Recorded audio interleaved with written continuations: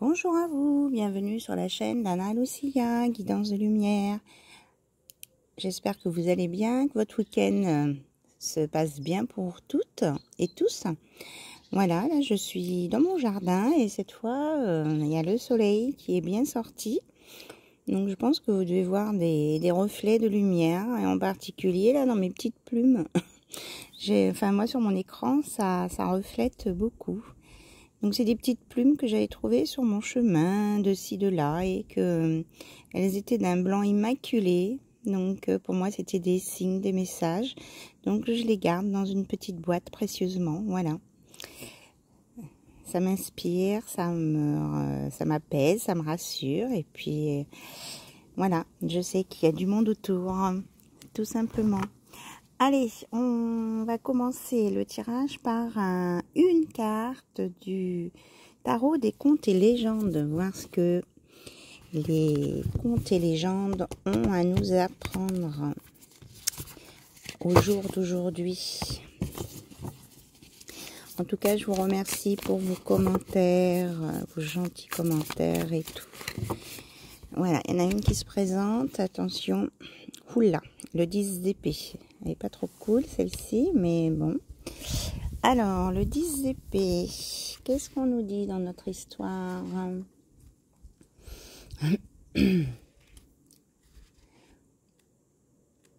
La voici. Sedna. Là, c'est sorti du conte mythologique du Canada. Le 10 d'épée symbolise le coup de poignard dans le dos et la trahison. Le père de Sedna la pousse hors de son kayak et lui coupe les doigts lorsqu'elle tente de s'accrocher à son embarcation pour éviter la noyade. Elle coule au fond de l'océan et depuis se consume de colère, cherchant éternellement à se venger. Amertume, trahison, toucher le fond, martyr, rupture des liens. Waouh!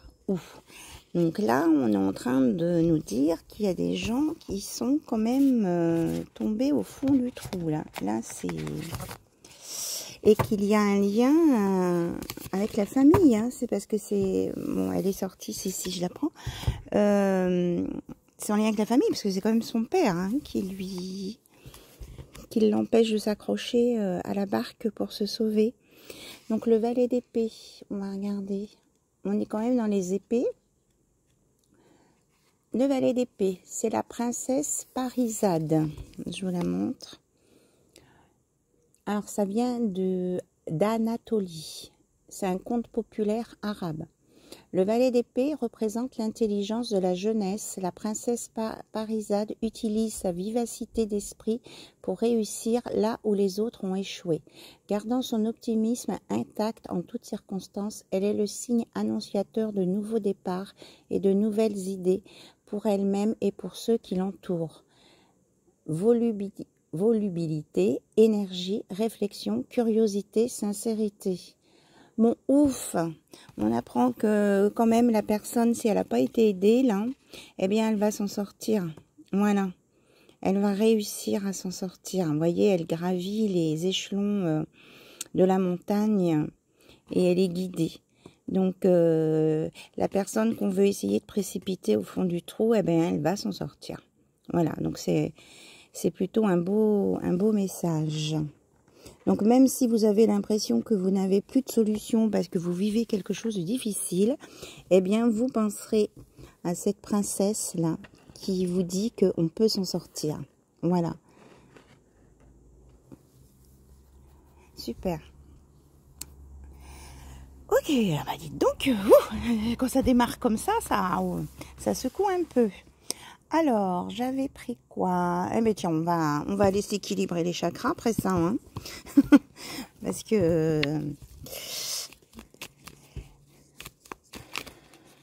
Donc, ayez confiance en vous. Tout le monde ne sera pas toujours contre vous. Il y a un moment donné, de toute façon, on vous aidera à sortir de là où vous êtes. Ou alors, c'est vous par vous-même, par vos propres moyens. Hop, je ne sais pas combien il y en a. 3. Je sors de ma zone de confort. J'ose dire ce que je pense et faire ce qui me touche. La justesse s'atteint avec authenticité et l'audace. Lorsque la petite voix devient majeure, j'écoute mon cœur, je suis en route pour le bonheur. Donc là, on vous dit que vous êtes en route vers le bonheur, que vous êtes juste. Ah oui, je vous ai sorti des pierres, le lapis lazuli, l'œil de taureau, la citrine, l'agate bleue et la jaspe rouge. On parlait de pierre hier. Voilà, c'était les pierres que j'avais envie de sortir ce matin. Je privilégie le face-à-face. Je favorise les rapports de vive voix et entre quatre yeux avec mon interlocuteur ou mon interlocutrice. Ainsi, nous nous inscrivons dans une communication efficace. Voilà. Si vous avez quelque chose à dire à quelqu'un, mais il vaut mieux essayer de vous arranger pour être en face à face. Alors, je sais bien que quelquefois, c'est pas facile parce qu'on voudrait discuter avec des personnes et puis ils vous fuient ou ils essaient de faire en sorte que ce soit pas possible. Mais on vous dit de pas lâcher, en fait. Et je suis dans l'écoute active. Je prends la peine d'écouter la personne finir sa démonstration avant d'étayer. Je donne conseil, seulement si on me sollicite. Donc là, on est vraiment dans la communication ce matin.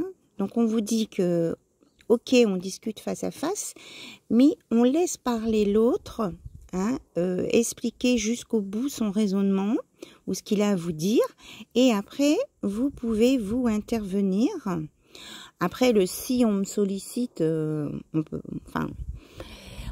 a toujours quelque chose à dire. Après, on reste soft quand même si on a quelque chose à dire. Mais écoutez, on vous dit d'écouter là quand même et d'être dans la communication efficace.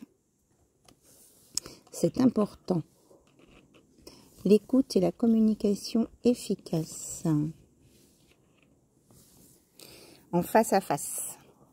Ok. Vous voyez, ma fleur de vie, elle est chouette, parce qu'avec le soleil, ça fait un reflet sur la table. On a une protection là, pour vous aussi. C'est valable pour vous sortir des situations compliquées. Alors, j'avais sorti... je veux bien un conseil, moi, tiens, là-dessus, de l'oracle des sorcières, juste un. Puis après, on ira voir côté cœur. Un conseil de l'oracle des sorcières.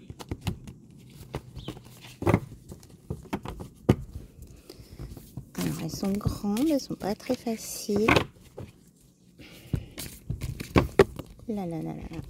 Ok.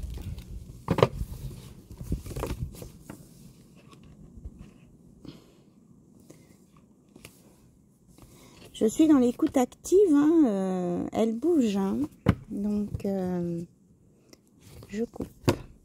Alors, calende de mai, opposition convoitise. Il y a des énergies assez fortes ce matin là. C'est vrai que la nouvelle lune c'était hier, 25 pourtant, 5 et 2, 7, c'est un nombre protégé, 25. Alors, ah oui, ça se passe la nuit du 1er mai. Vous savez, autrefois, il y avait... Alors, au cours de la nuit du 1er mai, on célébrait le triomphe de la lumière sur les ténèbres. Les forces du bien et du mal s'équilibraient et montraient chacune une puissance et des pouvoirs similaires. Ces présences permettaient de libérer les énergies régulatrices des équilibres cosmiques. Cette nuit-là, les sorcières entraient en communication avec les âmes des trépassés qui se rapprochaient des vivants pour renaître et régénérer la terre, puis dans une ambiance orgiaque, les banquets et les danses se succédaient et se terminaient par de l'expulsion rituelle des morts et le début d'une nouvelle vie. Un des lieux montagneux et célèbres du rendez-vous des sorcières du 1er mai était le Brocken, en Saxe, en Allemagne, où l'on célébrait Sainte Walpurgis, dont les reliques, d'après la tradition, donnaient une huile miraculeuse pour les maladies des yeux.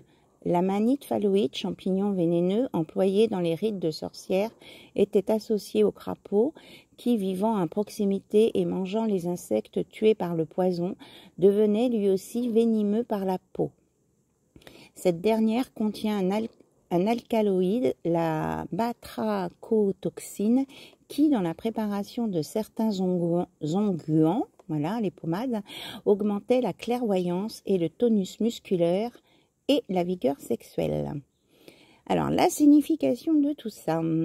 La soif du pouvoir exclut la connaissance et l'humanisme et ne peut qu'accompagner l'égoïsme, la prévarication, la méchanceté et les abus, provoquant à long terme des désaccords, des disputes, des diatribes, des procédures légales, des séparations et des abandons sans espoir de retour.